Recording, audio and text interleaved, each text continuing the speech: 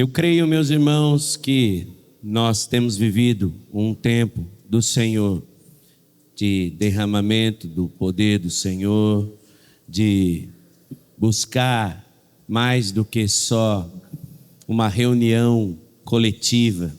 Nós estamos aqui para adorar ao Senhor e para buscarmos a Deus juntos. Eu tenho entendido em meu coração que é muito mais do que só um momento qualquer. E é justamente porque é muito mais do que um momento qualquer que o nosso coração ele é impulsionado para que nós tenhamos entendimento das coisas. Deixa eu dizer para você, meu irmão, há algumas semanas atrás eu dei uma palavra aqui sobre um tempo de aceleração e acho que foi semana passada, já não lembro, mas em um momento da nossa pregação eu fiz questão de fazer você entender quais os movimentos do Espírito ele está estabelecendo. Nós falamos primeiro que todo o avivamento ele é precedido de um tempo de preparo. Há que se realizar um preparo. E por esse preparo nós entendemos o estudo bíblico, a profundidade da palavra, a manutenção dos relacionamentos, o estabelecimento dos ministérios. Preparo, irmão, preparo. Não é possível viver um avivamento com uma igreja desorganizada. E há muito que se fazer ainda nesse âmbito. Depois do tempo de preparo, há um tempo de manifestação. Todo o avivamento, ele acontece depois de um tempo de manifestação. O que é isso? A manifestação é quando o Espírito é derramado sobre a igreja. Eu tenho entendido o tempo de que nós podemos e devemos orar para as pessoas serem curadas. Inclusive, se você recebeu sua cura, depois você me procure, porque nós vamos começar a dar testemunhos de cura. Porque o Senhor está fazendo. A manifestação do Espírito não é apenas uma sensação. A manifestação é o poder que vem sobre a igreja, para então chegar no último e no mais importante dos momentos, que é o tempo que se estabelece um avivamento, que é o envio, preparo, manifestação e envio. A igreja de Jesus só existe para uma coisa. Que eu vou falar para você. A igreja de Jesus existe para uma coisa, apenas. Ela não foi criada para nós reunirmos pessoas, ela não foi criada para você sentir um arrepio gostoso na espinha, ela não foi criada para você sentir a presença de Deus gostosa que faz você, estou abastecido para a semana. A igreja não foi estabelecida para isso. Quando Jesus estabelece a igreja, ele diz de uma maneira muito clara que as portas do inferno não prevalecerão contra ela. E as portas do inferno não estão aqui. Alguém pode olhar assim, não, as portas do inferno não vão prevalecer. A igreja, as portas do inferno vão prevalecer, como se nós estivéssemos reclusos aqui dentro. Não, irmão.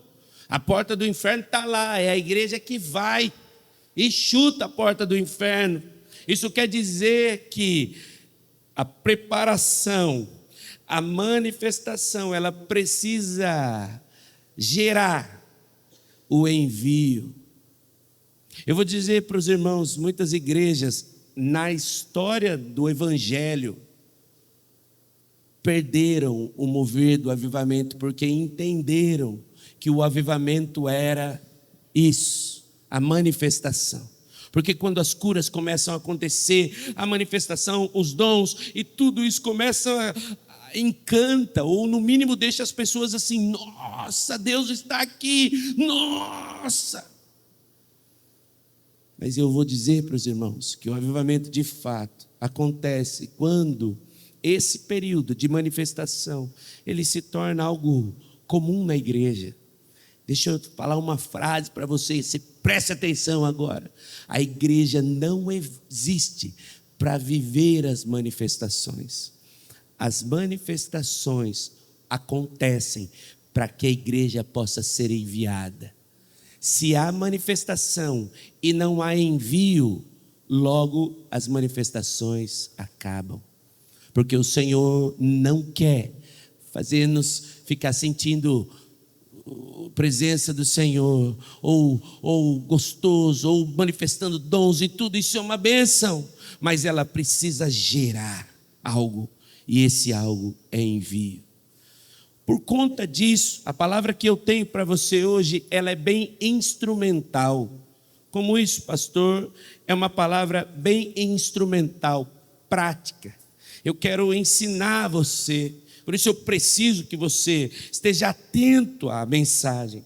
Porque nós estamos, eu não sei se você está percebendo, nós temos falado sobre uma cultura, nós temos falado sobre os dons do Espírito, nós temos falado, e eu, como disse a muitos dos nossos irmãos aqui, não faço nada à toa, é tudo intencional. Se você ouve a palavra do bom dia todos os dias, você tem visto que eu tenho abordado ali os dons do Espírito, e a razão de fazê-lo é porque nós queremos lançar luz sobre este, que é um dos assuntos mais difíceis da palavra, e que gera em nós dois extremos, que é, ou eu transformo esta manifestação em uma coisa que eu não entendo, portanto eu nego, e eu digo assim, não, isso não é para nós hoje, isso já fez muita confusão na história da igreja. Eu tenho uma amiga, por exemplo, que recebeu uma palavra que não se cumpriu, e ela está fora da igreja. Não, isso aí não. Deixa eu dizer para os irmãos, nenhum uso indevido dos dons tornam eles errados, porque cada um, escute, em nome de Jesus, cada um dará conta para Deus daquilo que recebeu. Então, ou nós transformamos as palavras, estudamos e falamos é isso, dom aquilo outro, assim, e isso leva o dom para um campo das ideias muito distante da nossa prática, ou nós vamos para o outro extremo, que é transformar os dons em uma maneira mística de viver. Eu estou distante disso, porque o sobrenatural se tornará ordinário em nossas vidas. O sobrenatural não precisa de grandes coisas. As pessoas que aqui estão, elas podem ser curadas. As pessoas que estão, elas podem ser curadas, e nós não precisamos de uma capa de religiosidade para viver os dons do Espírito. Por isso é que eu tenho uma fala para você hoje sobre a missão. Eu estou falando agora sobre o terceiro movimento, o ir. Falamos do preparo, falamos da manifestação. Esta palavra é sobre o terceiro movimento, sobre a missão da igreja. E eu sei que nós estamos em missão. Você está em missão, irmão?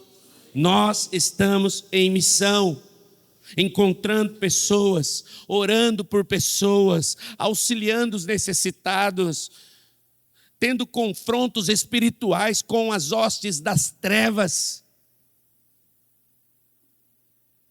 Recentemente nós fomos fazer um velório, eu e o pastor Jefferson, e nós encontramos uma resistência, e tinha um menino ali do lado, incomodado, enquanto nós estávamos ministrando a palavra, incomodado, e o pastor Jefferson ouvia ele gritando assim, falando assim, o diabo reina aqui, o diabo reina aqui, o diabo reina.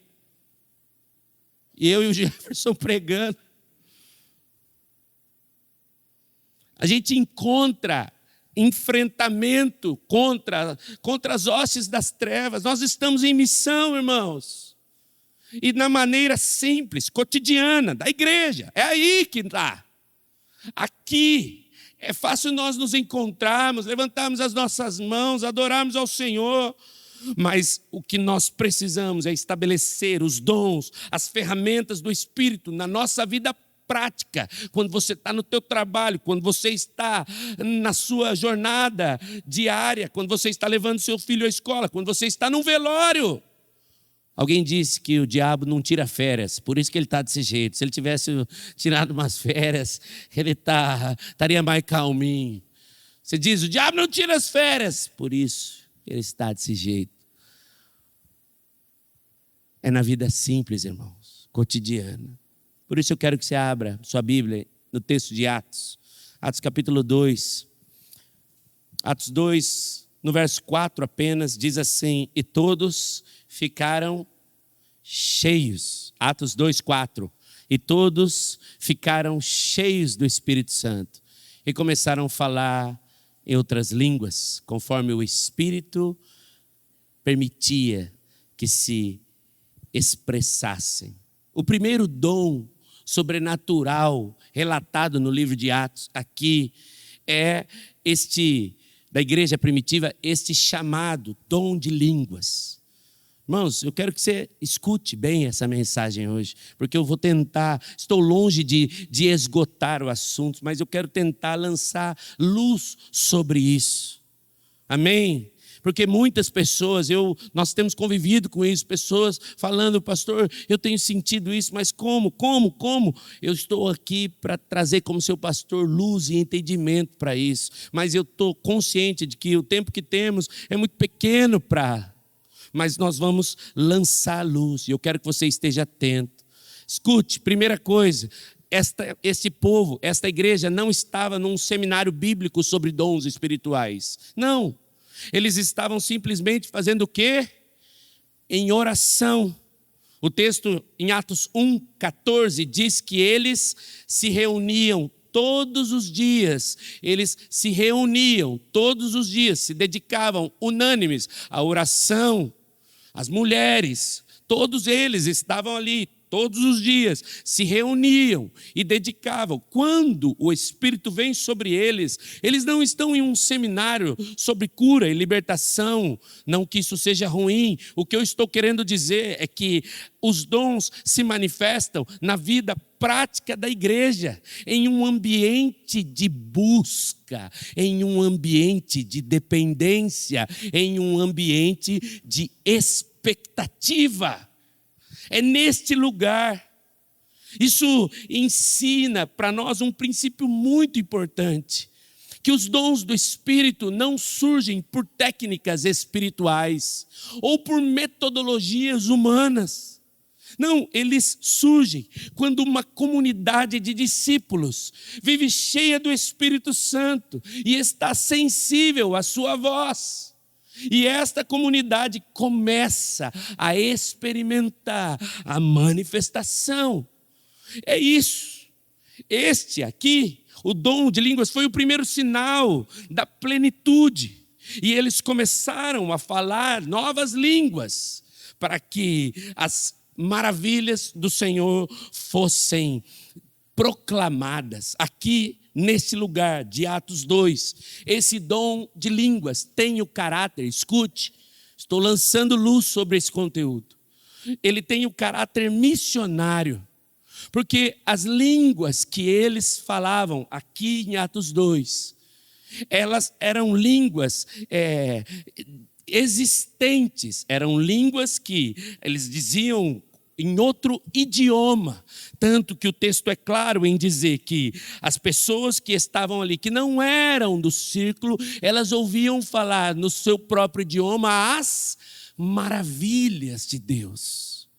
Então, nesse lugar, este dom de línguas tem um aspecto missionário. Por isso nós cremos que isso pode acontecer nos dias de hoje. Quando as pessoas começam a entrar debaixo da presença de Deus, ela pode receber uma capacidade vinda do céu para poder falar em algo que ele nunca estudou. Mas além desta manifestação de Atos capítulo 2, nós temos também um ensino em 1 Coríntios, capítulo 14, quando Paulo começa a ensinar a igreja sobre os dons. O capítulo 12, 13, 14 é um tratado teológico sobre os dons do Espírito, porque a igreja em Coríntios estava vivendo de qualquer maneira. Paulo chega a dizer, não falta dom para vocês aí, falta é amor. Paulo fala assim, vocês estão na segunda etapa, apenas gostando da manifestação, falta o amor de ir em direção às pessoas. Lembra? Preparo, manifestação e missão. Se nós pararmos aqui, a igreja vai patinar. E Paulo começa, então, no capítulo 14, lançar luz sobre este que é um assunto tão difícil. Mas ele começa no verso 2 e diz assim, capítulo 14, verso 2, diz, quem fala em línguas não fala por intermédio de homens, mas de Deus. De fato, ninguém entende. Pelo Espírito fala.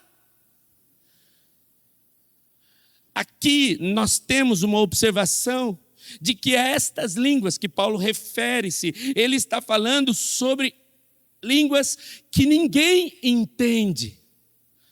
Estas línguas são um canal de edificação própria e não um idioma, porque pela lógica do texto, irmão, pelo entendimento do texto, se Paulo estivesse falando sobre idioma, ele não falaria sobre que ninguém entende, porque outro idioma é entendível por outras pessoas, e fala a Deus por intermédio dele, e fala ainda mistérios.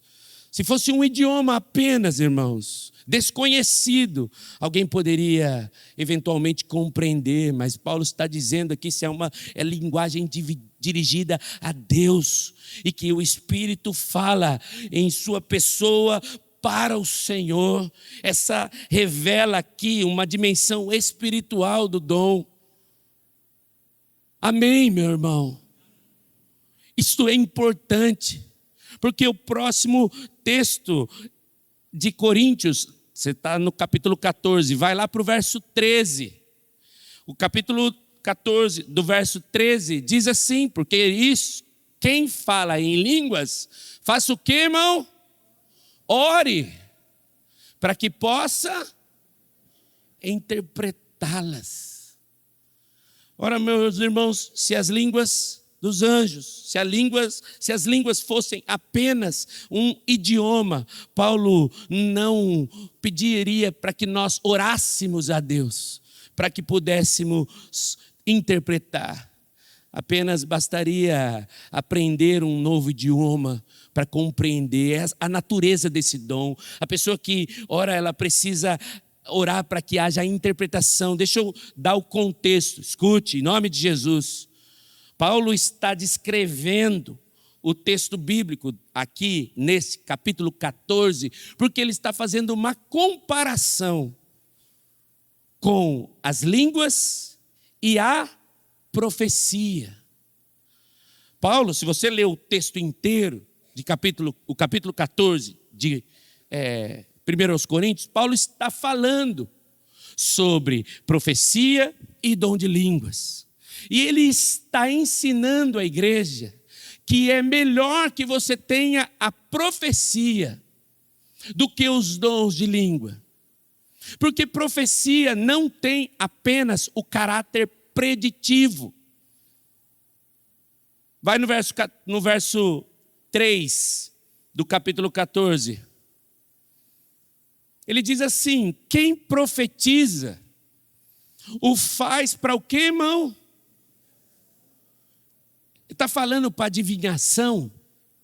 No nosso imaginário popular, existe uma ideia de que profecia é adivinhar futuro. Irmão, em nome de Jesus, você vai sair daqui nunca mais pensando nisso. Profecia não é adivinhação, irmão. Na palavra do Senhor, houve momentos em que alguns profetas tiveram uma fala de caráter preditivo. Mas isso não é o que seja unicamente profecia. Eu contei para você aqui, esses dias atrás, a minha experiência com o frentista do posto. O Senhor me deu uma palavra a respeito dele. E eu fui lá e liberei. O que me chamou a atenção foi a primeira coisa que ele me disse. Sabe o que ele falou? Você acertou. Como se eu estivesse buscando acertar. As pessoas têm no seu imaginário popular que profecia é adivinhação. Profecia não é isso. Profecia é edificação. Então, meus irmãos, o que eu estou fazendo a vocês agora é parte da profecia, porque eu estou edificando. Irmão, olha a segunda palavra: encorajamento. Você chega alguém do seu lado assim, não vai dar certo. Meu irmão, as coisas vão acontecer, eu vou estar junto contigo. O que você está fazendo nessa hora? Vamos, só quem está vivo aí, em nome de Jesus. O que você está fazendo? Profetizando. Consolo. Alguém perdeu um parente, um problema. Meu irmão, calma. Nós vamos estar aqui. O Senhor é contigo. Nós vamos estar juntos. O que você está fazendo nessa hora? Profetizando. Irmão, em nome de Jesus, saia daqui com uma coisa na sua mente hoje. Nós todos somos arautos de uma verdade. Estamos em missão e nós precisamos profetizar aonde estamos, onde estivermos. Profetizarmos o nosso trabalho. O Senhor é contigo. Meu irmão, pode estar difícil de passar por isso, mas o Senhor está junto com você. Nós vamos orar junto por isso. Você pode consolar as pessoas. Isso é profecia. E o que Paulo está fazendo é melhor que você profetize. Agora, eis o ponto importante desse capítulo. Ao longo da história, as pessoas, por verem Paulo falando aqui que é melhor que você profetize, elas desprezaram o dom de línguas. Há quem diga do tempo passado, as pessoas diziam assim: buscar dom de línguas? Não. Porque dom de línguas é o dom mais egoísta que existe. Porque o texto diz que quando você fala, você edifica a si mesmo. Olha 1 Coríntios, capítulo 14, verso 4. 14:4. Quem fala ou ora em línguas, edifica o quê? Mas quem profetiza e edifica, pode deixar esse texto, edifica a igreja. Mas se lembre do contexto que Paulo está falando. Ele está colocando uma coisa no lugar da outra.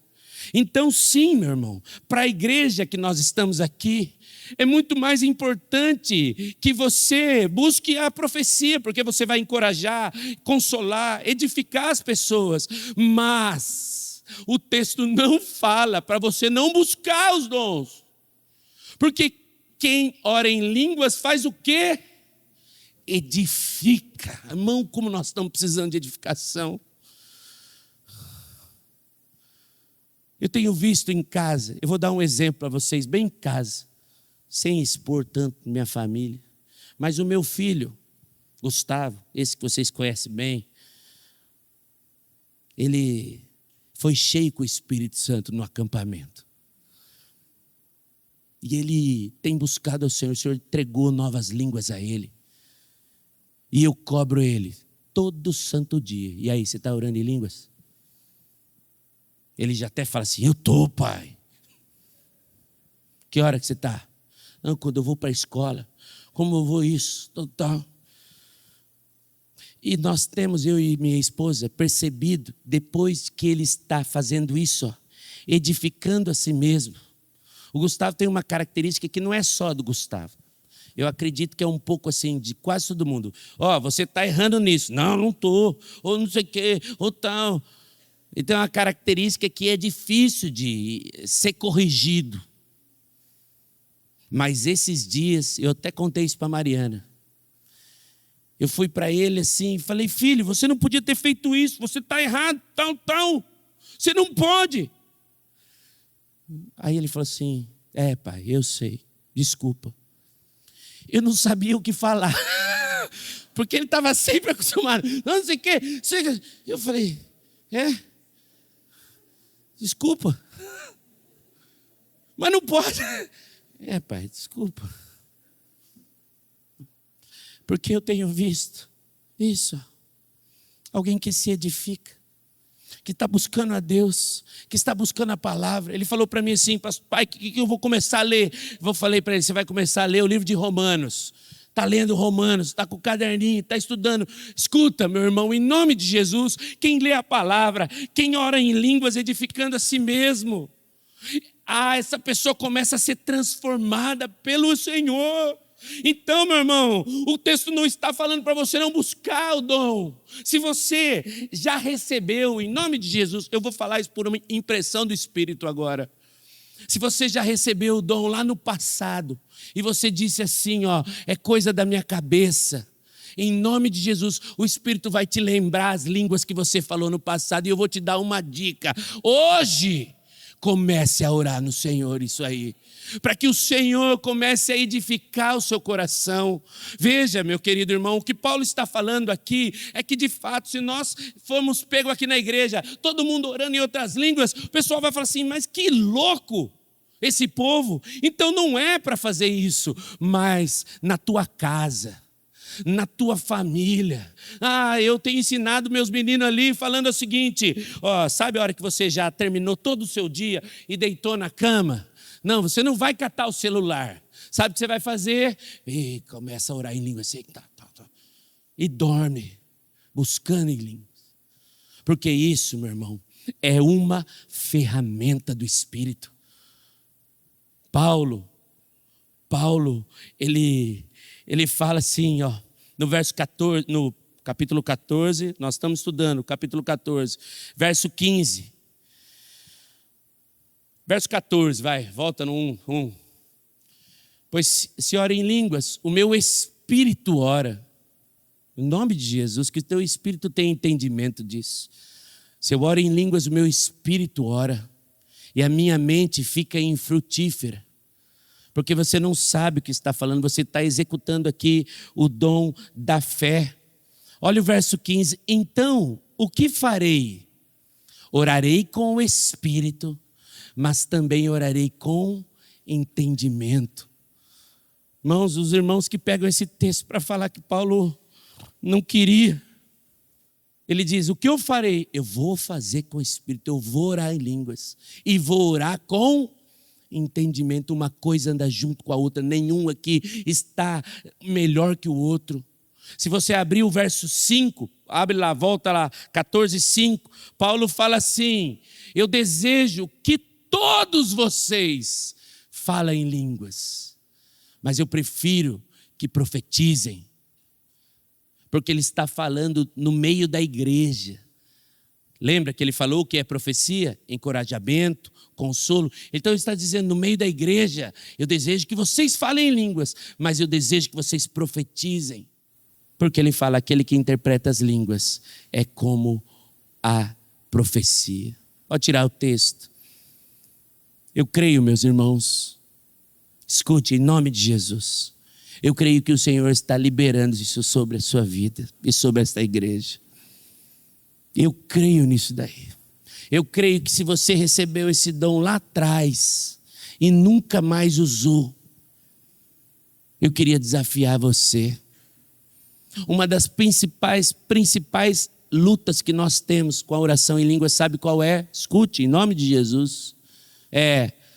Pastor, isso é coisa da minha cabeça. Não, irmão. O Senhor está liberando sobre você. O que acontece, olha aqui, é que você espera que a tua boca comece a se mexer sozinho. E não é assim que acontece, irmão. A palavra vem como um pensamento na tua cabeça. E você só coloca para fora. Ela tem amparo bíblico. E amparo bíblico. E nós precisamos pôr para fora. Nós temos visto aqui no nosso culto as pessoas serem cheias com o Espírito Santo. Esses dias eu estava orando aqui com o Renan, cheio do Espírito Santo, pôs para fora, fala. É só fazer, irmão. E deixa eu te dizer, em nome de Jesus aqui eu escuto, você não precisa esperar a tua boca mexer sozinho. Se você é cheio do Senhor, se você já recebeu isso, se você já foi, se você é cristão, está aqui, veio de outro lugar, que já foi, recebeu. Irmão, em nome de Jesus, é só deixar o Senhor fluir.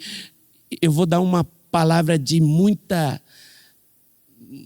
luz e orientação para você. Falou, pastor, o que o pastor vai transformar nos nossos cultos? Fica calmo, irmão. Nós estamos orientados pela palavra e eu estou sendo inspirado pelo Espírito para falar isso, porque não se trata, em nome de Jesus, dos cultos. Esta palavra não é sobre culto. Essa palavra é sobre a sua vida. E o quanto você precisa ser edificado nisso. Não é sobre culto. Eu não estou aqui falando porque não,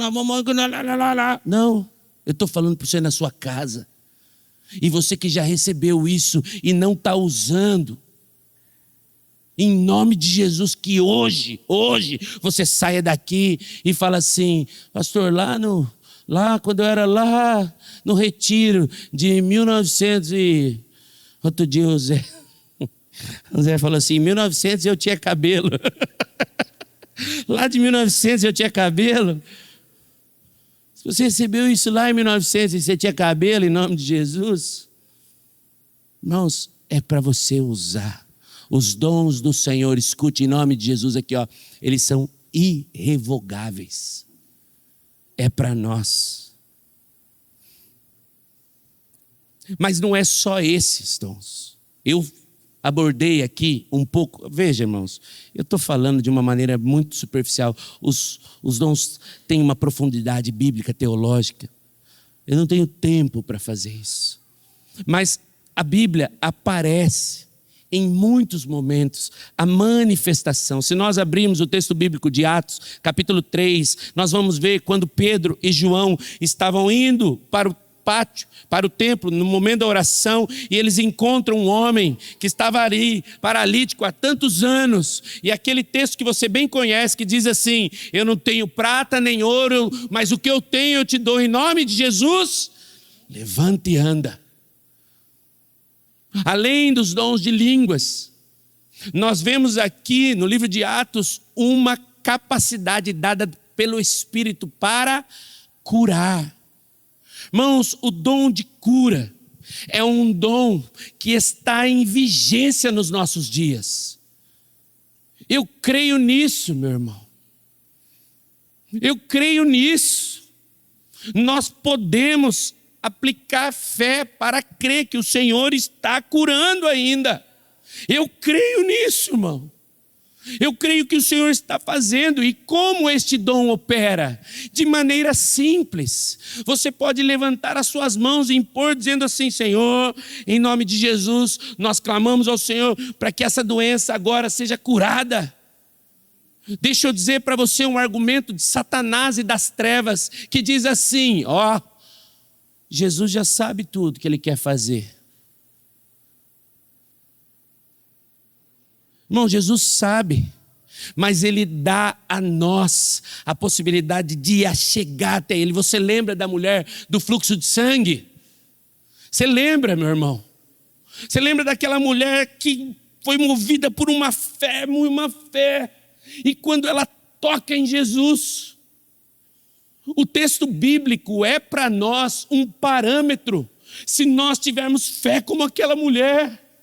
O texto diz que ela dizia assim, se eu apenas tocar nas suas vestes. É impressionante que esse texto mostra para nós, praticamente assim, ela foi e chegou, e teve fé. Irmãos, o dom de curar é para nós, para esse tempo, e nós podemos e devemos orar pelas pessoas. Veja, Deus não cura todas as vezes, não acontece, mas o fato de não curar todas as vezes não vai me fazer parar de orar. A nós cabe uma coisa: enquanto houver vida em nosso fôlego, nós podemos clamar: Senhor, o Senhor pode trazer uma cura, o Senhor pode fazer, eu creio nisso. Nós podemos e devemos àqueles, meus irmãos, que receberam do Senhor dons de curar e estão esperando grandes coisas se acontecerem. Eu preciso receber um manto. Irmão, em nome de Jesus, vamos transformar os dons do Espírito de maneira simples. Sabe qual é o lugar mais fértil para você manifestar os dons? Sabe onde? Na célula. Porque ali você pode orar uns pelos outros. Você pode impor as suas mãos e exercer o seu dom. Tenho dom aqui. Como é necessário. Nos grupos pequenos, Pedro aqui não tinha nenhum recurso material, mas ele tinha o poder do Senhor operando na sua vida. Nós vemos a manifestação do dom de curar aqui. E esse milagre não aconteceu dentro da reunião de oração. Ele aconteceu na vida comum. Se você, meu irmão, pode e você quer começar a exercer o seu dom, você pode orar pelas pessoas. Vem cá, vou orar. Sabe qual que é o problema maior? Escute aqui, em nome de Jesus. Sabe qual que é o maior problema em relação a dons do Senhor? Sabe qual é? Em nome de Jesus, igreja. Você está preocupado muito mais com a sua reputação do que com a pessoa.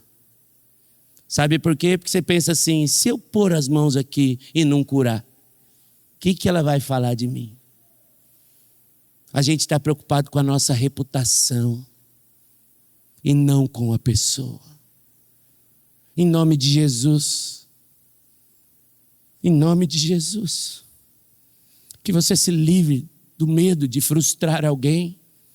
E se você orar pela pessoa e ela não for curada, você vai fazer assim: irmão, vou continuar orando, vou orar todos os dias. E se não for curada, tudo bem, não vou parar de orar. Isso é, meu irmão, a manifestação do poder de Deus de maneira simples. É simples. É simples.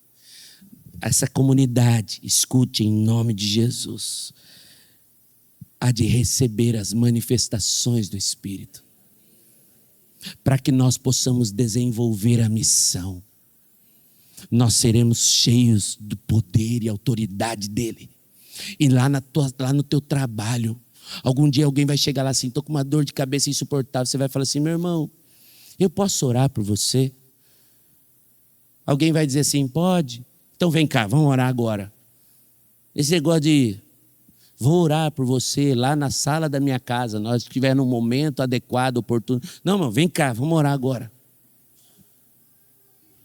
Vem cá. Vou orar por você. Sabe, na casa, sabe quando você estiver no seu momento lá pessoal, e você já recebeu o dom de línguas e você vai falar, e o Espírito vai começar a falar para você. O Senhor quer manifestar para nos encher o coração com uma missão, porque não se trata, eu estou encerrando, não se trata do quanto nós vivemos as manifestações, se trata do quanto a missão está sendo operada em nós. Porque eu recebi do Senhor o que também transmiti a vocês, que o Senhor Jesus, na noite em que foi traído, tomou o pão, tendo dado graças, partiu e disse: isto é o meu corpo, que é dado em favor de vocês. Façam isso em memória de mim. Da mesma forma, depois de ter comido o pão, ele pegou o cálice e disse: este cálice é a nova aliança no meu sangue. Façam isso sempre que o beberem, em memória de mim. Escute o texto agora, verso 26, 1 Coríntios 11. 1 Coríntios 11, 26. Porque sempre que comerem este pão e beberem deste cálice, vocês anunciam a morte do Senhor, até que Ele venha. O verso 27 diz: portanto, todo o que come o pão e bebe o cálice do Senhor de modo indigno é culpado de pecar contra o corpo e o sangue. Verso 28: examine cada um a si mesmo, e então coma do pão e beba o cálice. Examine-se cada um. Examine, irmão. Você orou pelo seu irmão agora você está aí, só você. Examine, coloque sobre escrutínio agora a sua conduta, as suas falas, a sua conduta no celular, na internet, a sua fala, o seu jeito, escrutínio agora sobre as suas ações, como você tem sido. Agora muitos fazem assim: ah, pastor, eu não estou pronto então para tomar o cálice e comer o pão. Não, o texto não diz isso. Examine-se e chegue à conclusão que você não está pronto, então não coma. O texto diz outra coisa: examine e então coma. Quer dizer o seguinte: examine e o que tiver que arrumar, arrume, e então coma. Eu vou dar um tempo agora para você começar a pedir perdão dos seus pecados. Você está sozinho aí, irmão. Ninguém está orando com você agora. Você já fez isso. Mas agora é hora de pedir perdão dos seus pecados. Pedir perdão da sua vida. Pedir perdão dos seus erros, da forma como você tem conduzido as coisas. Examine. Pedir perdão. E se você precisa pedir perdão para alguém, você vai sair daqui hoje e não vai chegar mais amanhã sem fazer o que você precisa fazer. Pedir perdão, ligar para essa pessoa, dizer: oh, eu pequei, me perdoa. Se você precisa pedir perdão, você pode fazer: examine-se o homem a si mesmo, então coma e beba. Você não vai comer sob o peso de acusação essa ceia. Você vai comer sob o peso de perdão, peso do Senhor Jesus. Olha, Pai, para todos nós aqui. Olha para nós aqui. Olha para todos nós aqui. E nessa hora, perdoe os nossos pecados. Estamos em Tuas mãos. Estamos em Tuas mãos. Juntos comamos o pão e bebamos o cálice.